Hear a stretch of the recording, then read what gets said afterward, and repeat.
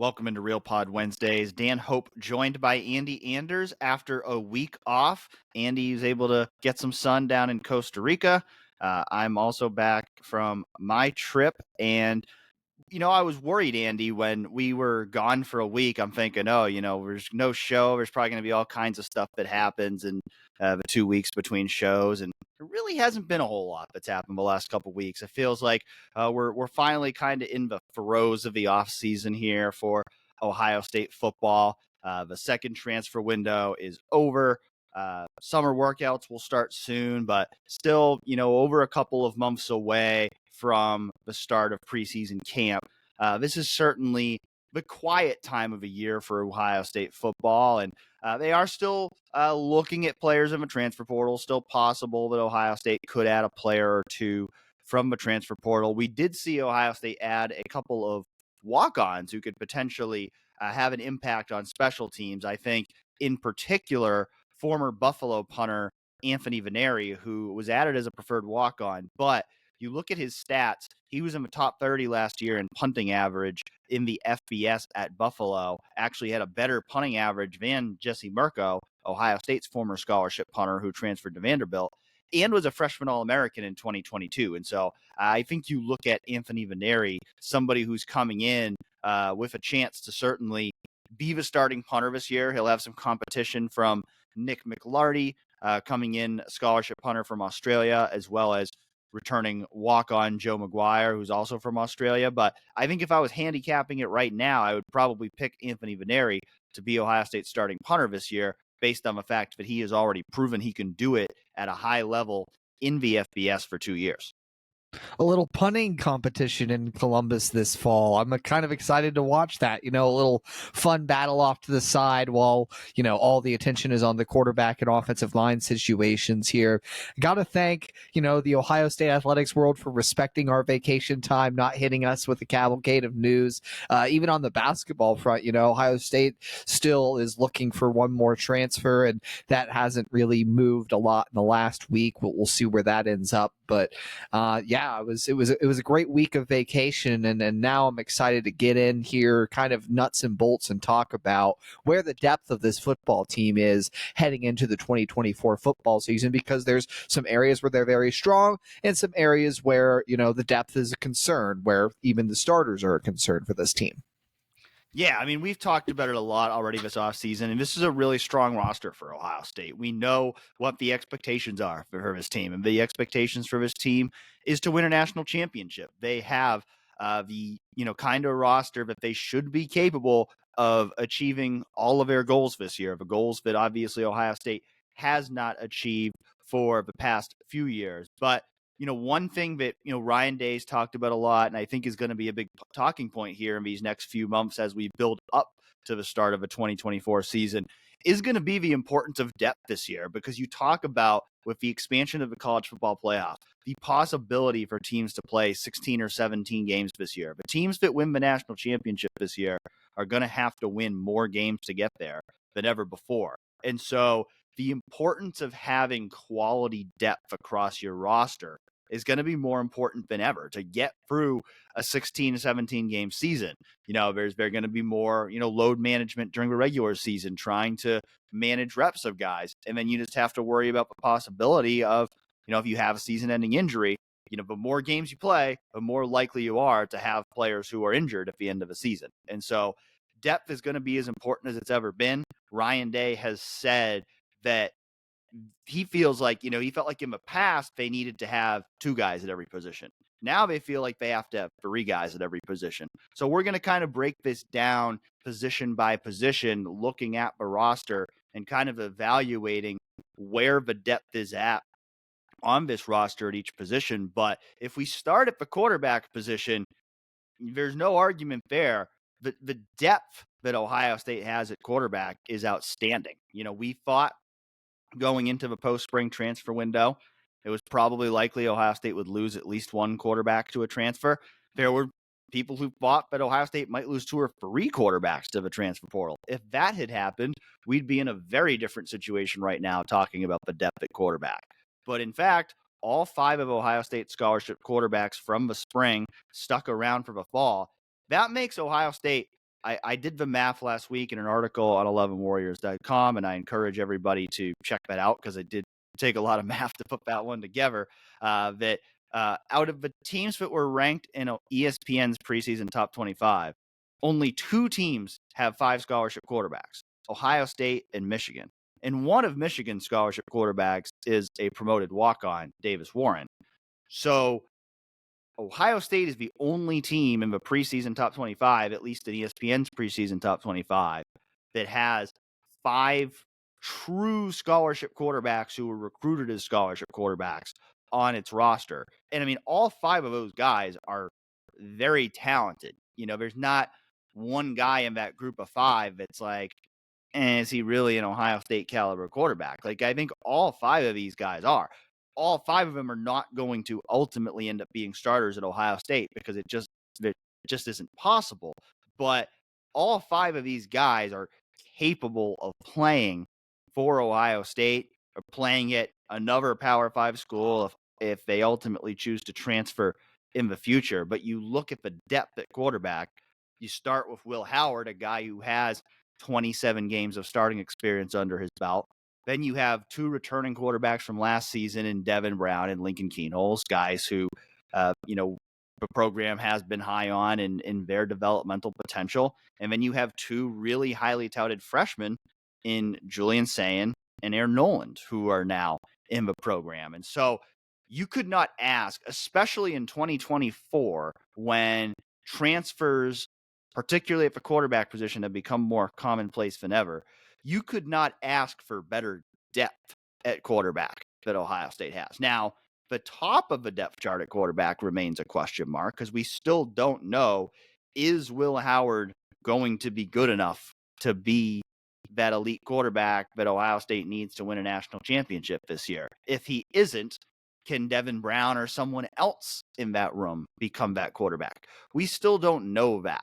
But in terms of depth, Ohio State is in great shape at quarterback. And I think that is a really good thing for Ohio State as well when you think about how they're going to use these quarterbacks this year. Because you think back to the CJ Stroud era, and there was always so much hand-wringing about why doesn't he run the ball more? Why doesn't he run the ball more? Well, a big reason why he didn't run the ball more is because Ohio State had only 3 scholarship quarterbacks, and Ryan Day knew that if CJ Stroud got hurt, that was probably going to end their chances of achieving any of their goals that season. Now, but with having 5 quarterbacks and having 5 quarterbacks who are all legitimate Ohio State caliber talents, that allows them, they're not going to throw caution to the wind here, but it allows them to use their quarterbacks more in the running game, which we know is something that Chip Kelly wants to do because it's not going to be as dire of a situation if a quarterback goes down with an injury because you use them in the running game. Yeah, just giving that quarterback a handful of plays a game where he can pull the ball and run. And look, Will Howard was definitely he's so athletic and has the traits that give you that extra wrinkle in the ground game. We're going to talk about running backs in a second.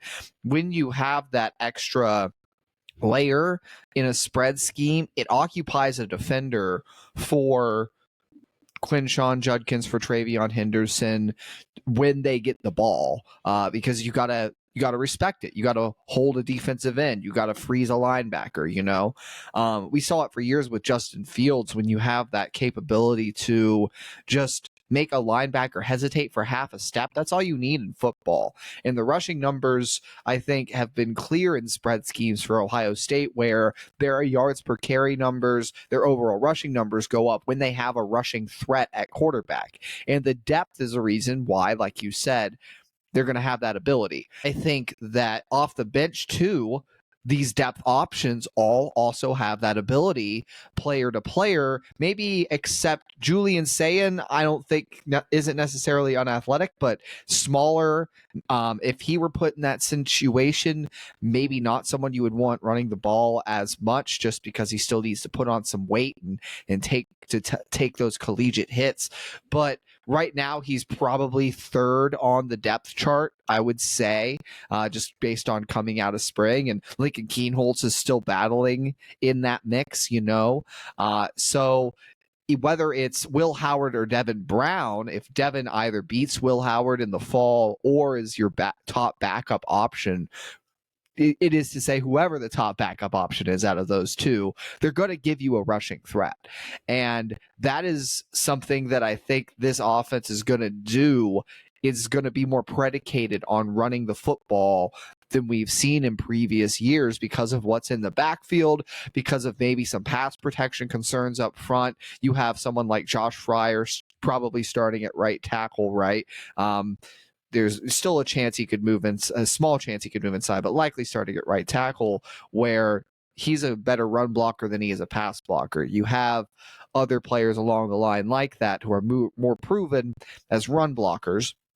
And so that is something that I think is going to be huge in this offense, and that's why the quarterback depth is a little more important this year than in previous years if they want to run that guy, just say like 8-9 times a game to make the defense have to account for it and consider it. And, Chip Kelly called it a green grass read. It's not like they're going to be drawing up mini quarterback runs that are just called quarterback runs, but if it's a zone play and you see there's no defender out, the defensive end crashes in on the running back, just pull the ball and go, take what's there. So it gives you that ability when you have such a deep quarterback room like this.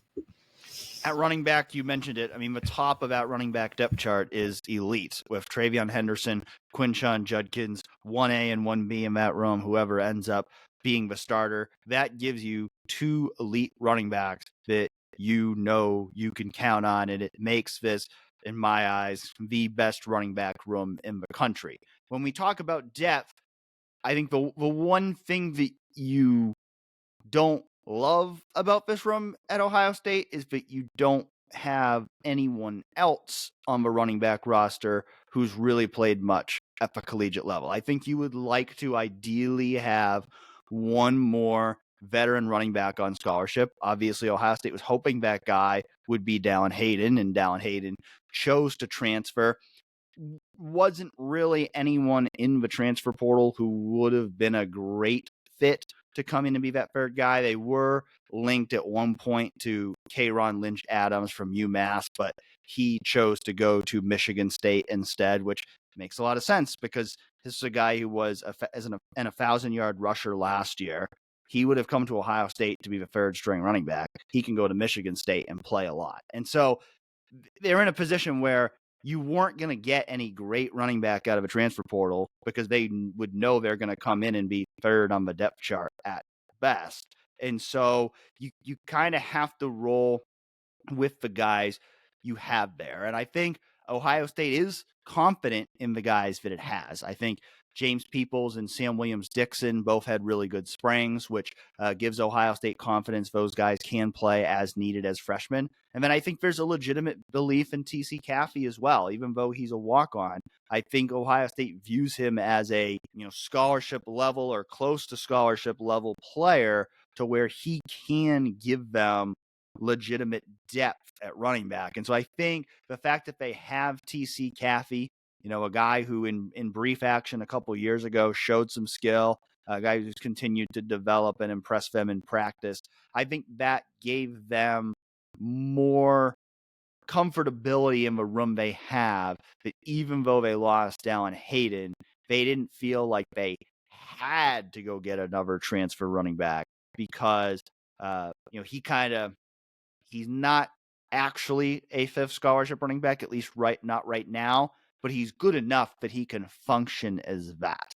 The one question mark here is, okay, if anything happens to TreVeyon Henderson and or Quinshon Judkins, will those next men up be ready to jump in and play a significant role? Because we've seen it a lot in recent years. Ohio State has had to play deep down on that running back depth chart. So your third, fourth guy at that position might be more important than your third, fourth guy at a lot of positions. But all in all, I think you're still pretty happy with what you got at running back. Certainly really, really happy with what you have on the top two rows of a depth chart, and then just need to continue to see development through preseason camp with those other three guys behind them. I personally am really high on James Peoples and TC Caffey both. I mean, Texas running backs have served Ohio State great in the past. Just look at what J.K. Dobbins did. And TC Caffey, in the brief glimpses we've seen of him, be they against Toledo a couple years ago with that big run or in other spots, obviously hasn't played as much off the bench as he would have had he been healthy all that time. But he moves like a serviceable Big Ten quality depth piece. And the contact balance is something, again, in the few runs we've seen from him, that's impressed me. The issue is, of course, is that, neither of those guys are proven, and we've seen it year after year. Like you said, this is a running back room that has had injury issues for Ohio State in the past several seasons, really. So you need that third guy who's a proven asset. And can James Peoples or TC Caffey become that, or maybe even throw Sam Williams-Dixon in that mix?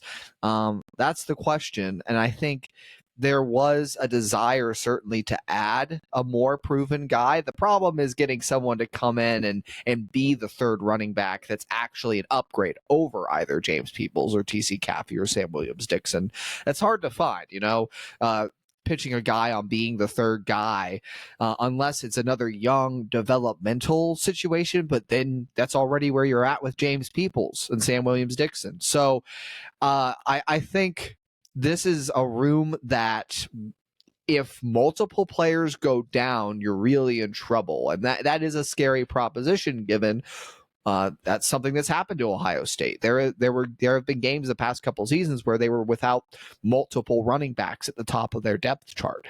Look at where Dallin Hayden had to step up a couple years ago as a freshman when both Mayan Williams and TreVeyon Henderson were out. Is James Peoples or even TC Caffey ready to be the guy if needed? That's the question that you deal with here in this extended season. Now, games are shorter, so in terms of sheer number of plays, maybe when we're talking about the extended season and the length of it giving issue, that is one thing. I think when you talk about the clock now running after first downs, this is kind of a caveat, but games are a little shorter now in terms of the number of plays, but more opportunities week in, week out. I think the number of games more than makes up for that fact. And so, as you're looking at this and needing those extra depth pieces, is James Peoples ready to be the guy? Is TC Caffey ready to be the guy if both TreVeyon and Quinshon are unavailable for some reason? That's the question that lingers with the running back room, as extremely talented as at the top. It's hard to picture a better 1-2 tandem, of course, than what Ohio State has there. The wide receiver depth is interesting because, when Ryan Day was going through the scholarship numbers that Ohio State ideally wanted each position a few years ago, he had said that Ohio State wants to have 11 wide receivers on scholarship. Ohio State currently only has 8, yet there really doesn't seem to be like anyone worrying about the depth in this room, really. And I think that certainly starts with the fact that there's no shortage of talent in this room. And I think you look at the guys who are still in the room. They've lost a few guys to transfers, most recently Keon Grays. But if you look at the guys who are in the room, the vast majority of them are real candidates to play this season. Out of those 8 guys, I think you have 4 guys who are certainly going to play significant snaps this year, those being Emeka Egbuka, Jeremiah Smith, Carnell Tate, and Brandon Ennis. Then I think you've got 3 other guys in Jaden Ballard, Bryson Rogers, and Mylan Graham who could be candidates to get into that rotation. I think most likely those first 4 are going to be the guys who play most of the meaningful snaps at wide receiver this year. But I don't rule out any of those other 3 guys as being guys who could push for playing time this season. And I think those guys give them quality depth there at wide receiver to where, I think you feel like, you're 2 deep at receiver is going to be really strong. Maybe the, 3 deep is not quite as strong as you'd like it to be. But I also think they've got a pretty good walk-on group there at wide receiver. Do I expect any of those guys to see substantial playing time? Not unless there are a ton of injuries. But, we saw David Adolph and Brennan Schramm both look really good in the spring game. Reese Stocksdale is a guy who, is coming off an injury, but He's a guy who's been talked up over the years as someone. I remember C.J. Stroud saying a couple of years ago, Reese Stockdale is going to be a guy who's going to play for Ohio State by the end of his career. So he's got a lot of supporters inside the Woody Hayes Athletic Center. And then they did just add another walk-on to that room this past week in Sean Lodge, Presbyterian transfer, who didn't have a lot of catches there at the FCS level. Probably not a guy that you'd expect to see play much at wide receiver at Ohio State, but is a bit of an interesting guy because he did return a lot of kicks and punts at Presbyterian. And so when you think about candidates to be in that return specialist mix, he's a guy who could potentially be in that mix. I don't know that I would go as far as to say, I think he's going to be the kickoff returner this year, because, his numbers at Presbyterian were good. They were not like otherworldly to where it's like, this guy's got to be playing at the Power 5 level. But, he's a guy who has some experience in that regard, has great speed to where, he could be a factor, gives them another candidate there in the return game.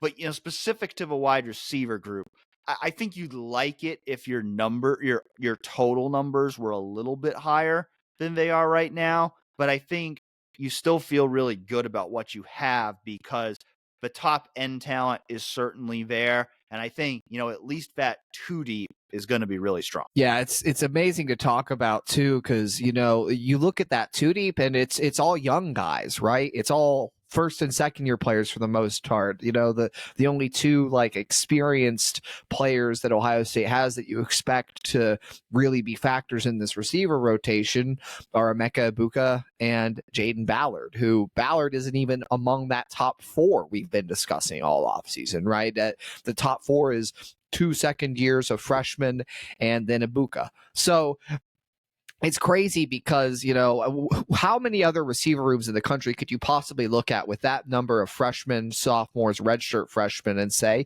yeah, we feel really good about it. It's just another testament to how well Brian Hartline's recruited this room, but honestly, how elite he is as a developer. It's a big reason why he recruits as well as he does. He has the ability to fast track the potential, the ability of his wideouts, and it's why he's been so successful over the years.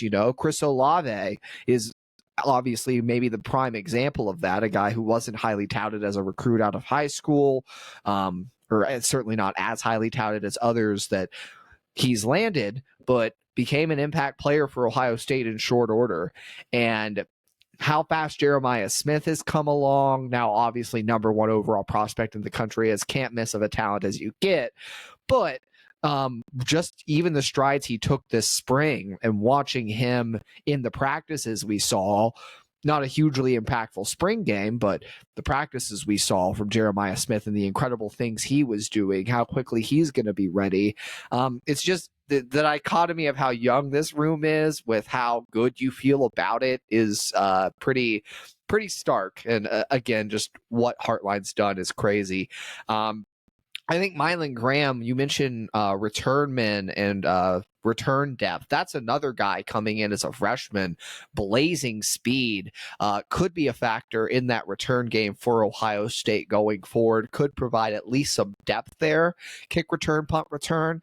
Not sure, again, how much you're going to trust a freshman handling those duties coming in off the bat, especially when you have other guys who have done it before, guys who are maybe shorthanded. And that seems to be nowadays what Ohio State values more than anything else, or what they might value more than anything else, is just a guy who's not going to muff a punt in that area. But Mylan Graham is certainly a factor to consider in this return game going forward.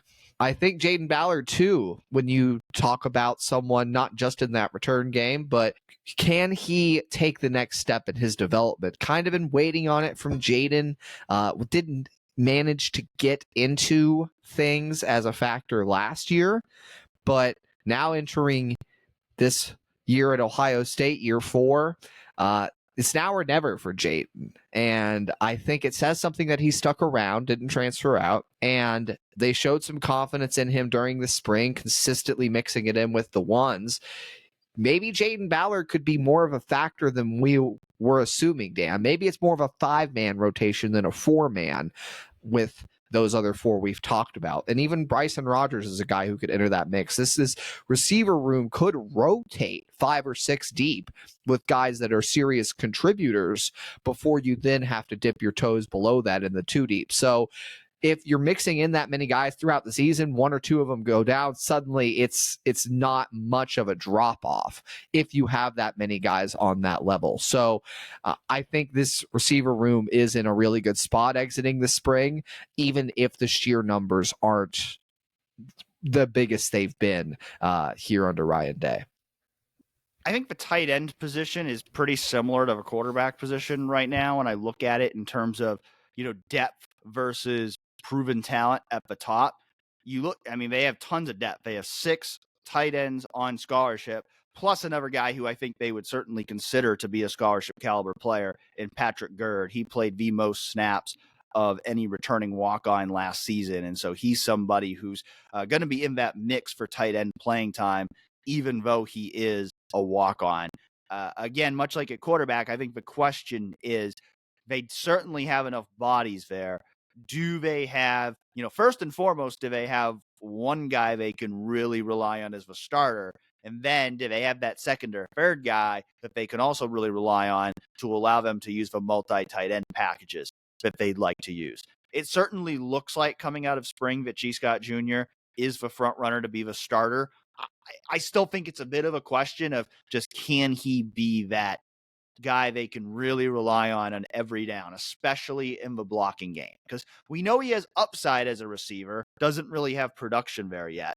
And then blocking, he's been up and down. He's a guy who, again, came in as a receiver, has kind of had a long, gradual development in terms of becoming that full-blown tight end. And now he is that. And I think now Ohio State sees him as that. But he's still got to prove that he can, be that guy they can consistently rely on as a blocker, which, blocking at that tight end position was not one of Ohio State's strengths last season. And so I think there's still a question there with G of just, can he be that surefire every down guy? And then who else can they really count on besides him? Will Kacmarek's a guy who played a lot at Ohio. He was a strong blocker and pretty productive receiver there. And so, I think you kind of got the impression this spring that they wanted to see a little bit more from him than what they've seen so far. But, he's only had 15 practices as a Buckeye. If he can kind of pick up where he left off and continue to show improvement in preseason camp, I think he's certainly somebody who has the chance to play a significant role for Ohio State's offense this year. And then Jelani Thurman's a guy that a lot of people are excited about.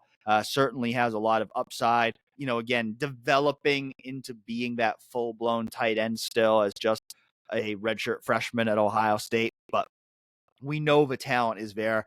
He's, he and Damarian Witten coming in as a freshman are probably the most athletic guys in that room in terms of playmaking upside. And so between G. Scott, Will Kacmarek, Jelani Thurman, there's still question marks there, but I think there are reasons for optimism that Ohio State can get enough out of that position. And probably worth mentioning with Damarian Witten too. There has been some chatter that he could potentially start out his career at wide receiver because of the numbers we just talked about. They're a little short on overall numbers at wide receiver.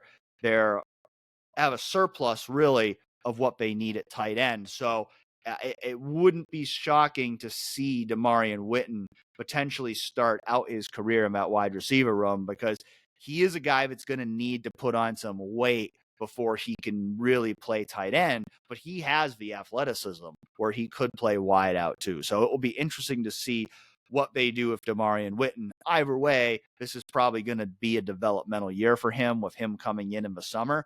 But I think, again, at tight end, between G. Scott, Will Kacmarek, Jelani Thurman, Patrick Gurd, Bennett Christian, you certainly feel like you have enough bodies there. It's just a matter of, do you have what you need at the top of a depth chart? The second tight end position for me is very intriguing, what they do behind G. Scott, because to me, Jelani Thurman is the highest ceiling guy in the room.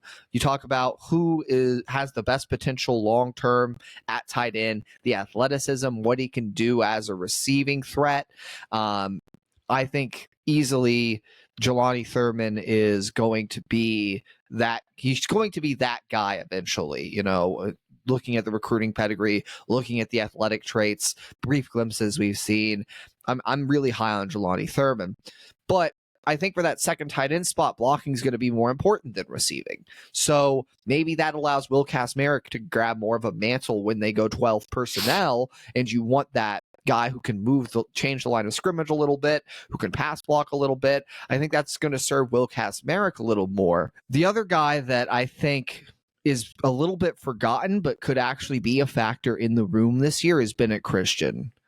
Obviously missed last year with a suspension, and I think that's why, people aren't talking about him as much. It didn't have the recruiting pedigree of some of the other guys, but in terms of being a block first tight end, that's what he was recruited as. And I think he's always had the mentality to move some bodies in the running game and be that guy as an extra pass protector when you need it. So for me, because of, I think blocking is going to be more important for that second tight end spot, maybe Bennett Christian can get in the mix a little bit as, that depth piece trying to fight for a role. I still see Will Kacmarek with his experience and Jelani Thurman with his talent as a step ahead of Bennett, but I think the blocking skills of Bennett Christian allow him to get into that mix. But speaking of blocking, Dan, I think the position that we're most concerned about at the top, and then even with depth too, is the offensive line. This is a group that it starts at right guard. We still don't know who the starting right guard is going to be. Thought it was Luke Montgomery kind of separating himself for a little while, seemed to tail off toward the end of spring, and it was Tagra Shabola and Carson Hinsman even more in that mix. We think we're pretty confident that the right tackle is going to be Josh Fryer. There is still a non-zero chance that he could slide inside to guard if, say, Tagra is a better fit at tackle. That's the best five on the field. But with Ohio State not looking like they're going to add any transfer offensive linemen in the spring window, there isn't really the tackle depth that you would kick Josh Fryer inside at this point. I think we're probably going to see Josh Fryer at right tackle, Seth McLaughlin at center, Donovan Jackson at left guard, and Josh Simmons at left tackle are pretty much solidified. So who is that right guard going to be? How reliable are they going to be on that right side? Obviously, Carson Hinsman had his struggles down the stretch. Tagra Shabola faded as a factor last year in the offensive line competition and is kind of swung between guard and tackle. Obviously, Luke Montgomery faded down the end of spring. The top two guys on the depth chart are going to be whoever loses that competition. Carson Hinsman, Tagra Shabola, Luke Montgomery, the next two guys there. And Carson could play either center or guard. So he gives you a couple of options there. Luke Montgomery and Tagra Shabola could play either guard or tackle, but none of those guys are proven assets. They all have sort of flaws that we've seen pop up over their times at Ohio State. And, beyond that, just not a lot of people you feel good about. The next true tackles that Ohio State has on its depth chart are Zen Michalski and George Fitzpatrick. We haven't seen a lot from either of them, and Zen in particular, is a guy who completely was in the mix for the tackle competition sort of early on last offseason, and then wasn't even like a name we talked about at all come fall. And if that's your next guy up at tackle, I'm not sure you feel too good about it based on that. Obviously at guard, the guy you played in the Cotton Bowl to start is no longer in the program, didn't look like a Big Ten caliber player in his one start there. So that raises your questions about guard depth. And I think they'll have enough there in terms of bodies with the losers of that competition all being in that mix. Next up would probably be Austin Saraveld. But for me, overall, offensive line, we've talked about it being the most concerning position in terms of the front line, outside of maybe safety when we're just talking about the next group. Maybe the most concerning for me in terms of depth as well. Yeah, I mean, Ohio State certainly would have liked to have added another quality offensive lineman via this post-spring transfer window. The reality was there just really wasn't anyone available who was going to solve their problems. I mean, anybody else they would have brought in, maybe they're a two-deep guy, but like there just was not anyone out there that was going to come in and be a clear upgrade over what they had. And so that's why I think we haven't seen Ohio State really make a run at any offensive lineman here in this post-spring transfer window, because as much as they could have used somebody, there just really wasn't anybody they were going to be able to bring in who was going to really solve the problems here. There wasn't that plug-and-play kind of right guard that certainly I think Ohio State would have liked to see enter the portal. And so it's rolling with the guys that it had. And, again, if we're talking about sheer numbers here, the sheer numbers are really right where they'd want them to be with 16 guys. So it's not a matter of not having enough bodies. It's a matter of whether they have enough guys who are ready to play this season. And, I think you look at it, again, I mean, you have four guys who look very likely to be starters in Josh Simmons, Donovan Jackson, Seth McLaughlin, Josh Fryer. Those three guys who are all competing at that right guard spot. Those guys, the two guys who don't win that job are probably going to be your first offensive lineman off the bench, because, Carson Hinsman can play both center and guard. I mean, even if he wins the right guard job, then he'd probably still be the backup center, and then he would slide over if something happened to Seth McLaughlin.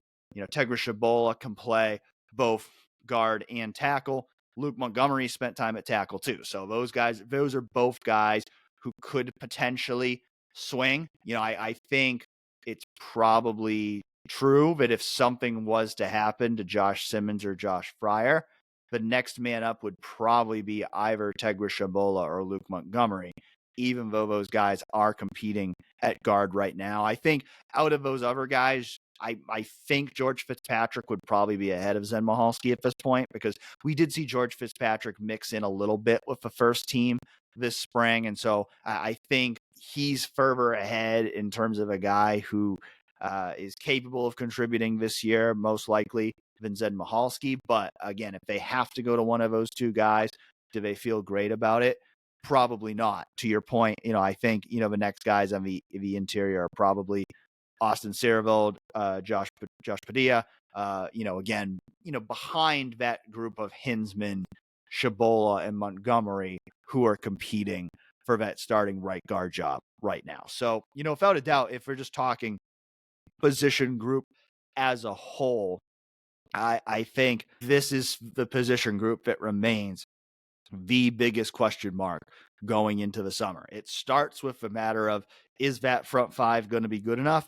And then it becomes a matter of, do you have enough depth? If injuries happen, are we really going to be in a bad spot there on that front five? That's why you would have really liked to see Ohio State be able to land another starting caliber offensive lineman in the post-spring transfer window. Even if it wasn't necessarily a guaranteed starter, you would have liked to see Ohio State at least be able to add another starting caliber offensive lineman. But, the reality is Ohio State didn't see that guy out there. And so it's a big summer for Justin Fry and his position group to really get the guys that he has ready to play, to ensure that you don't have a disaster like you did at the end of last season. Yeah, can't afford that. Now, on the flip side, on the defensive trenches, I think the depth there is another incredibly strong position, just in terms of that. I love the big hog mollies on the inside, and I think the mix of defensive tackles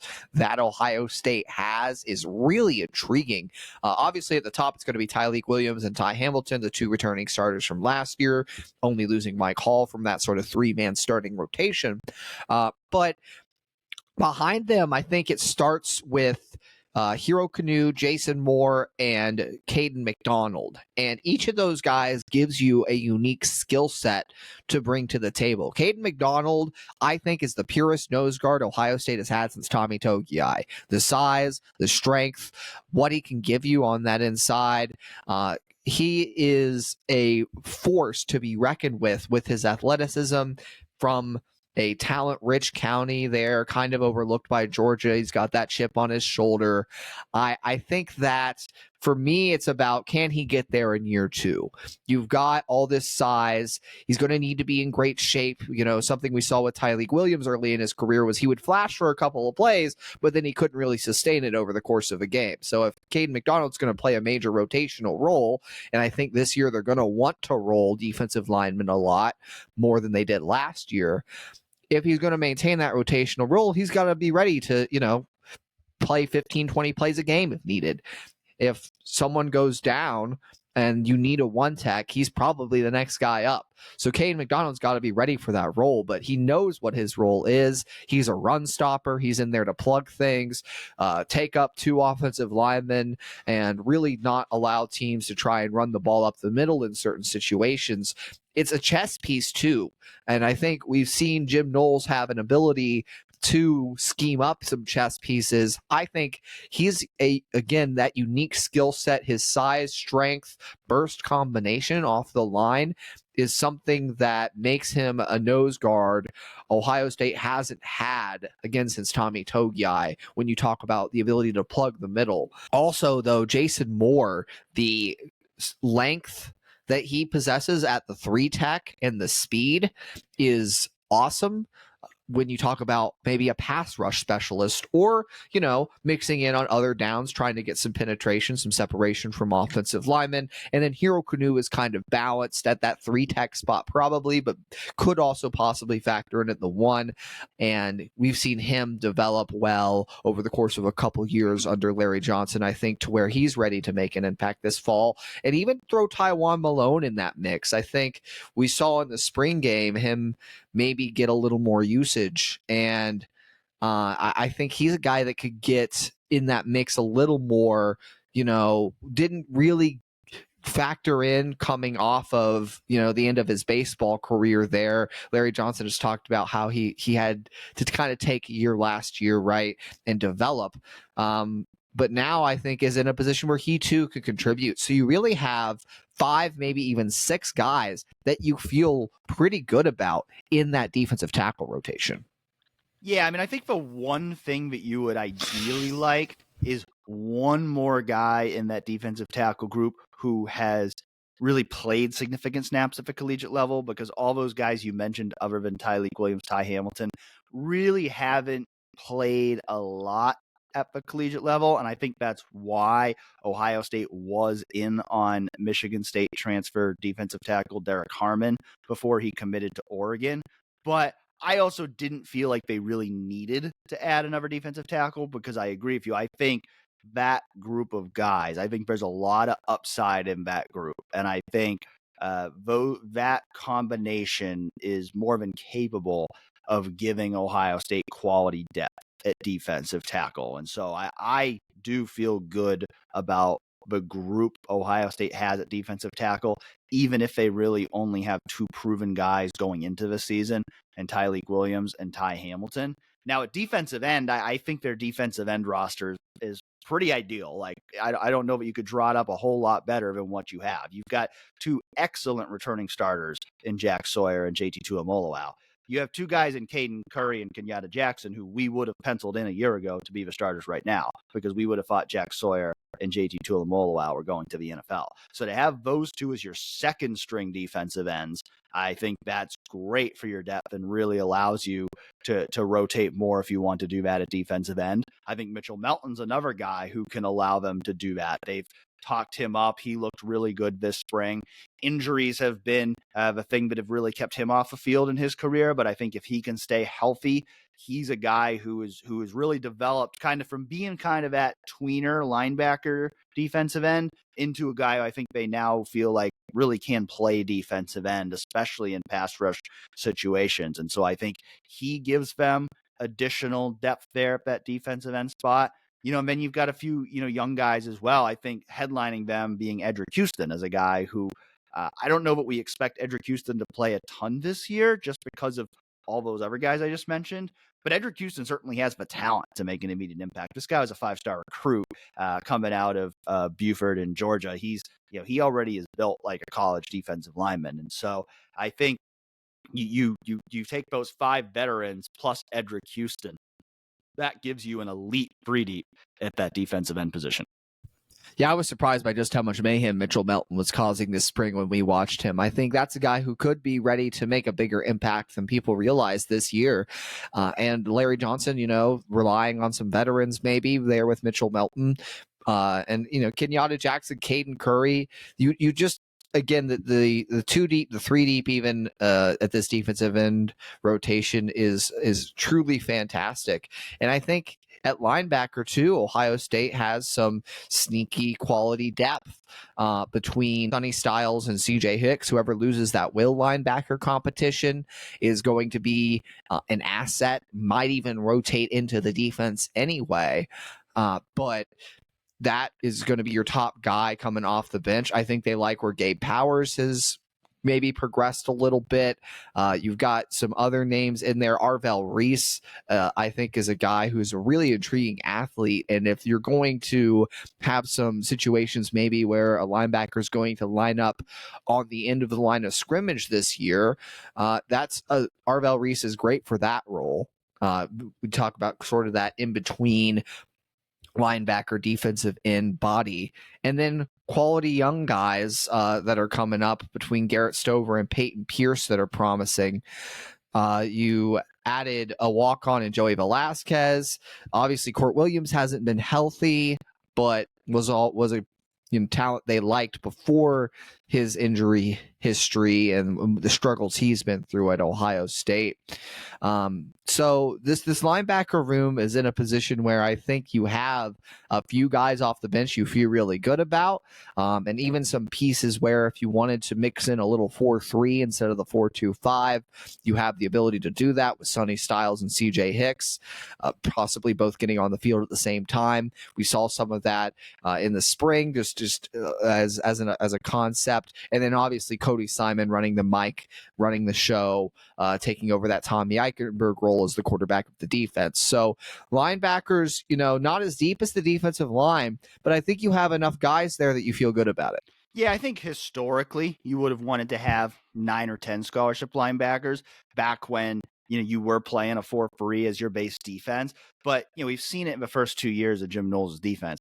Usually Ohio State only has 2 linebackers on the field, and we've really seen his first couple years really only like 3 linebackers have gotten significant playing time over the course of the season. And so I think, barring numerous injuries, I think there's more than enough depth there with, again, I in my mind, I think there's 5 guys who could factor in to the rotation in some capacity this year. I think, Cody Simon's a lock to start. I think regardless of who starts, both CJ Hicks and Sonny Styles are going to have roles this season. And then I think Gabe Powers and Arvell Reese are guys who also have the potential to factor in. And so I think between those 5 guys, again, at a position where we haven't seen Ohio State rotate a ton, and that could change this year. James Laurinaitis, now the full-time linebackers coach, he's now going to have more say in how they deploy the linebackers. He could be more inclined to rotate guys. With the longer season, they could collectively be more inclined to rotate guys. So maybe we do see 4 or 5 linebackers play on a regular basis, but I don't think it's likely we would see more than that play on a regular basis. And so I think the depth is there. You're a little bit thinner maybe on the back end than you'd like to be, but I think if you have Garrett Stover and Peyton Pierce competing to be your second linebacker on the 3-deep, I think you're in pretty good shape there in terms of the overall health of that room, in terms of having enough depth for a defense that I think might use a little bit more 4-3 this year just because of that Sonny Styles CJ Hicks combination, but it's still primarily going to be a 4-2-5 defense. And a big reason why it's going to primarily be a 4-2-5 defense is because this cornerback position group is absolutely loaded. I mean, I've said it before. I think this is the strongest position group on the team when you look at it from top to bottom. My opinion on that has not changed, as Ohio State did not have any post-spring transfer attrition from this group. And, you start out with what I think is the best starting lineup of corners in the country. Denzel Burke, Davison Igbinosun on the outside, Jordan Hancock in the nickel. You have who I think is the best backup cornerback in the country, and Jermaine Matthews Jr., because I think he would be starting for just about any other team in the country based on what we saw from him last season. And then really just that entire 3-deep with 9 scholarship corners.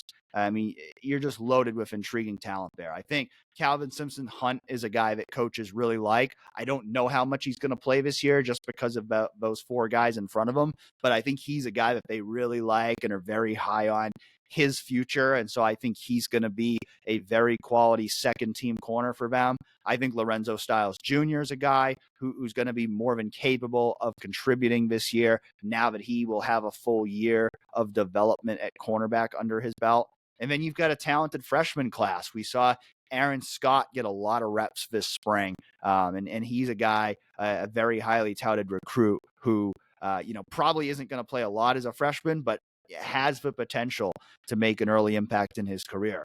Bryce West was hurt this spring, so that maybe puts him a little bit behind in his development for this season. But again, you're talking about a highly touted recruit in Bryce West, who's certainly going to start his career as a third teamer just because of how much talent they have in his position group, and Miles Lockhart in that freshman class as well. And so I think the cornerback room, it's exactly what you want an Ohio State cornerback room to look like. And I think along with defensive end, like if you're just talking about position groups that are built exactly the way you want them from top to bottom, I think those are the 2 position groups where I really don't have any real questions about them going into the season, because I think the starters are elite and I think the depth behind them is excellent. Absolutely. And we saw it from Jermaine Matthews Jr., the brief glimpses we saw from him last year. To do what he did against Penn State as a freshman, couple of key plays on third down in a huge environment, a huge game, doing what he did. And then your first to second year jump is usually your biggest when you talk about developing a collegiate football player. Year 1 to year 2 is usually a lot of times when you take the biggest leap. I think Jermaine Matthews Jr. would be starting on all but a few teams in the country right now. This is an elite guy that you have as a luxury backup who you're now cross-training at nickel so he can fill in wherever is needed. Also, a guy that you mentioned in that nickel rotation is Lorenzo Styles Jr. Converting from wide receiver took some time to get his feet under him, but I think the coaches are kind of high on what they've seen from him of late. And it's also funny how the nickel position has pretty much completely transitioned to being cornerback now. When Jim Knowles first got here in his first year, it was all about having a safety in that role. It was a 3-safety defense. Really, we've seen it just become a slot corner with Jordan Hancock playing that position, and all the depth behind Jordan Hancock is corners. When you look at Jermaine Matthews Jr., Lorenzo Styles Jr., those are probably the next 2 guys up at that nickel spot, and even Miles Lockhart is probably the 4th guy. So that nickel spot is completely transitioned to being a corner spot, both because of the talent of Jordan Hancock, of Jermaine Matthews Jr., the guys you have that can play that spot this year, but also because of how thin they are at safety. Safety at the top is, again, among the nation's elite. This defensive backfield, we've talked about it before. You had the number 1 pass defense last year. You returned the 3 corners that were in large part responsible for making that happen, return a starting safety in Lathan Ransom, and then you add maybe the best safety in college football in Caleb Downs. So those top 2, Caleb Downs at the adjuster, the free safety spot, and Lathan Ransom at the bandit, the boundary safety spot, those 2 you feel awesome about. Behind them, Malik Hartford showed you glimpses as a freshman, needs to prove it out. He did have some inconsistent moments mixed in with the highlights of his freshman year and losing his black stripe in the spring like he did and making some of those waves. Behind him, you don't have a second safety you have a ton of confidence in right now. Looking at transfer portal options, really, Jaden Mangum has been the only guy that's kind of emerged there. Who's to say how attracted he's going to be to being to a backup role when you have 53 tackles, 4 interceptions last year for Michigan State, but did take a visit this weekend. Maybe they're pitching him that he could rotate in some with Downs and Ransom. We'll see exactly where that plays out. But you need, I think, another guy you feel good about. Jaden Bonsu's kind of the next guy up after Hartford since Shahad Carter transferred out. Redshirt freshman, saw him mix in with the ones while some guys were hurt this spring or out this spring. But, going into year 2, very unproven asset and not a 5-star recruiting pedigree, a solid recruiting pedigree, but not necessarily one where it's like, oh, this guy's got to play. Jalen McLean obviously had the interception in the spring game, but still a freshman. And Britton Inky Jones might have to get in that mix as a walk-on. When we saw him at practice this spring, looked like he held his own, but a walk-on nonetheless.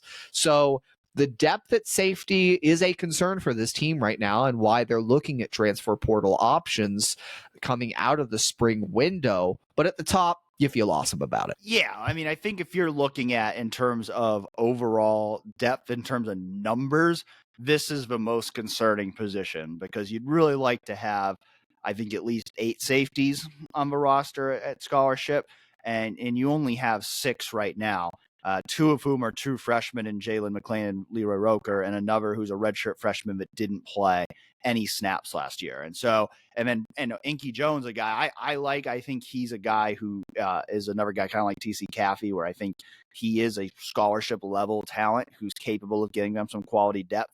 But he's only played on special teams. And so you really only have 3 safeties on the roster in Caleb Downs, Lathan Ransom, and Malik Hartford, who have played any defensive snaps at the collegiate level. And so that's why safety is the position Ohio State has been pursuing most aggressively in the transfer portal. Now, we know Jaden Mangum visiting Nebraska and Michigan this week. It's expected that soon after that, he will pick between those 3 Big Ten schools. Ohio State would certainly like to land him. I think he'd certainly be in that 2 deep, one of the top 2 backups along with Malik Hartford, if Ohio State was able to land him.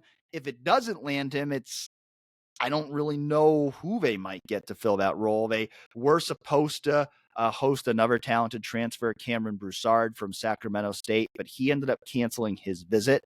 And like you said, Andy, the challenge is with a lot of these positions, we talk about building depth through a transfer portal, is how many guys in a transfer portal really want to go somewhere where they're not going to have a chance to start. And that's the reality here for a safety coming in.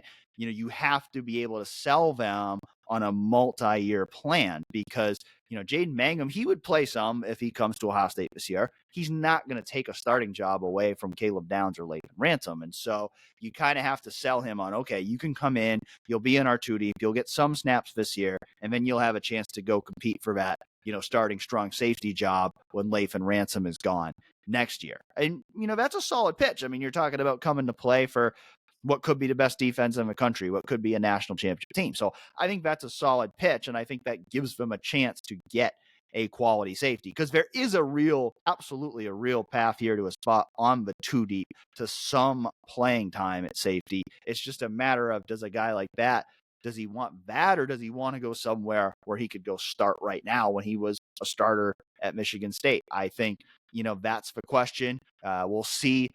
Possibly by next week, we'll have an answer on that, about whether Ohio State can land Jaden Mangum or whether it can land another transfer safety. If not, then, this definitely will be a position where there's going to be some trepidation, because, we have seen it. Lathan Ransom, great player, but we have seen him suffer multiple major injuries in the last few years here. And so to only have, one guy who's really seen any kind of significant playing time behind those starters in Malik Hartford, that's not really where you want to be. And that's why we saw Jaden Bonsu taking most of the first team reps at strong safety this spring, with Lathan only practicing on a limited basis. That's why we saw a walk-on and Inky Jones getting a lot of reps this spring. And so, those guys I think have potential. I think those guys can be solid depth pieces along with Jalen McClain this season, but you definitely would feel better if you had at least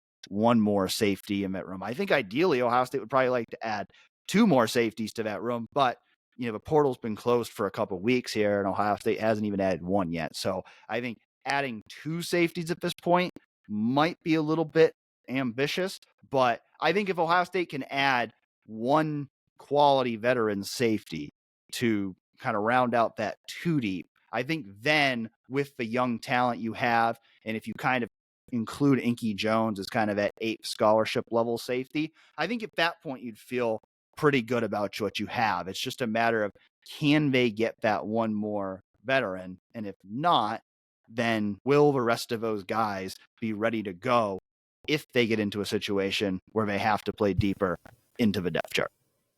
Right. I think overall, when you look at this defense as a whole, with the strengths you have depth-wise along the defensive line and at corner, if you can get that last safety that's a veteran add, you feel awesome just generally about your 2 deep on defense.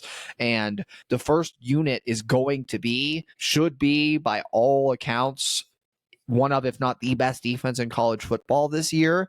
You have a second unit who is then maybe the best second unit in college football too. I mean, we talked about the luxury of having Jermaine Matthews off the bench, Kenyatta Jackson, Caden Curry off the bench. These are guys that would not be backups on more than 90% of the teams in college football, and Ohio State has them as depth pieces on this defense, and that's why it's so loaded beyond just who the starters are. You have guys that are ready to go if something happens, with the exception of that safety, and particularly strong safety, because Malik Hartford's more of a free safety. I have questions about how he's going to hold up physically maybe at that strong safety spot, although he certainly can give you things there, is capable of it. I think, adding Jaden Mangum, though, would be great just to have that guy who can be physical, get in the face, in the box, and give you that extra presence. But overall, I think you feel more confident about the defensive depth than maybe the offensive depth, with some of the concerns on the offensive line, not knowing exactly how the top of the quarterback tight end depth chart is going to be. And overall, we've talked about this being a defensive-driven team for the second year in a row. When you look at the depth and where it stands, that still holds up. Well, I will not be here next week. I am going to be off on vacation once again. Got to get that vacation time in now while we are in the quietest part of the year for Ohio State football. But Andy will be here, and so Andy will be hosting with a co-host to be named later next week, and I will certainly look forward to listening in and hearing what Andy has to say, whatever might happen over next week, or whatever topic you guys might come up with to talk about as we continue to look ahead to the 2024 Ohio State football season. So we want to thank you for joining us again this week, and we'll catch you next time.